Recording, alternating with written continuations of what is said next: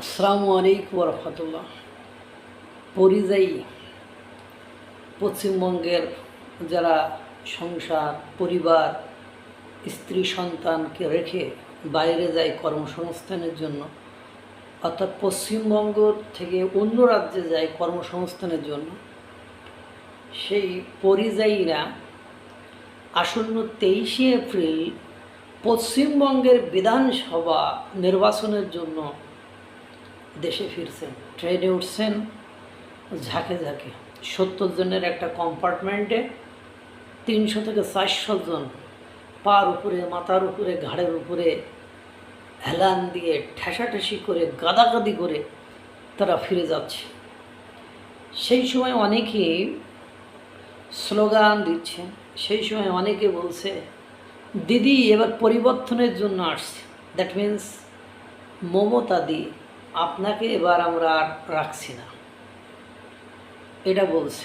এটা শোনার পরে মমতা দি এক ভাষণে বলে ফেললেন, পরিযায়ী যারা ফিরে আসছে তাদেরকে নাকি বিজেপির পক্ষ থেকে যারা হিন্দু তাদেরকে গীতা সোয়ে বলছে যে তোমরা যদি বিজেপিকে ভোট দাও তাহলে ট্রেনের টিকিট পাবে, নইলে ট্রেনের টিকিট পাবে না, এরকম নাকি বলছে।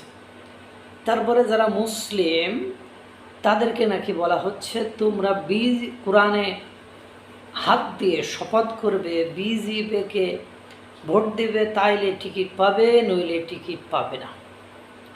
এই বলে নাকি তাদেরকে ট্রেনে তোলা হচ্ছে। যে নিউজটি দেখেছি সেই নিউজটির আপনার 1 ঘন্টার ব্যবধানে সেখানে 1.5K অর্থাৎ 1,500 কমেন্ট পড়েছে।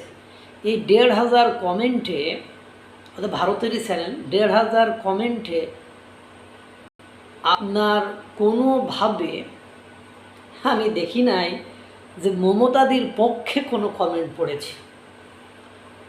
এবং পরিযায়ী যারা 14 থেকে 15 বছর বিগত, এদের জন্য দৃশ্যত, এদের কল্যাণে, এদের মঙ্গলে দৃশ্যত কোনো কাজ মমতাদির সরকার করে নাই, যার কারণে তাদের ভেতরে পরিবর্তনের হাওয়া লেগেছে।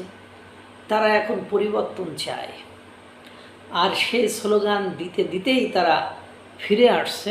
তা তিনি আবার বলছেন, অর্থাৎ মমতাদি আবার বলছেন, আসার পরে আবার কোরআন আর গীতা সে বলবা আমরা ওসব মানি না, আমরা আমাদের ইচ্ছামতো দলকে ভোট দিয়ে আবার ফিরে যাব।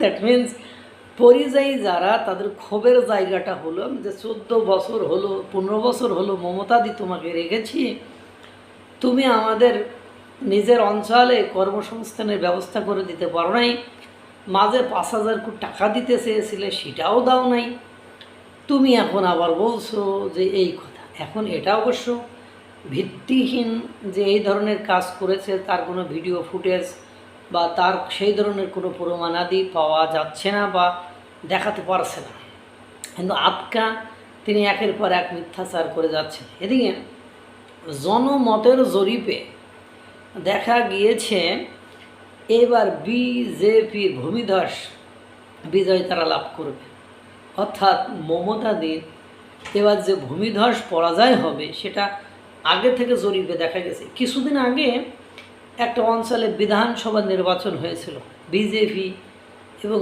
তাদের যে মানে তাদের জোটের যে যারা ছিল তারা যে ভূমিধস বিজয় লাভ করেছে এটা আপনারা দেখেছেন। ঠিক এবার দেখবেন আপনার এই ঘটনাটি পশ্চিমবঙ্গের নির্বাচনের ক্ষেত্রে ঘটবে। আমি যদিও এই নির্বাচন নিয়ে এতদিন কথা বলি নাই বা, কিন্তু আজকে ভিডিওটি দেখে আমার মনে হলো মমতাদির যে কর্মকাণ্ড, তার যে অসত্য তথ্য এবং জনগণকে সুযোগ সুবিধা দেওয়ার ক্ষেত্রে তার যে অবহেলা, এগুলোই তাকে এবার একেবারে গুহারা হারিয়ে দেবে বলে মনে হচ্ছে। এখন পরিযায়ী যারা, তারা যে রব তুলেছে, যে আওয়াজ তুলেছে, তাতে করে মনে হচ্ছে মমতাদির কপাল এবার পুড়ল বলে। দেখা যাক কী হয়। আল্লাহ তাআলা সকলকে ভালো রাখুক, সুস্থ রাখুক। আসসালামু আলাইকুম ওয়া রাহমাতুল্লাহ।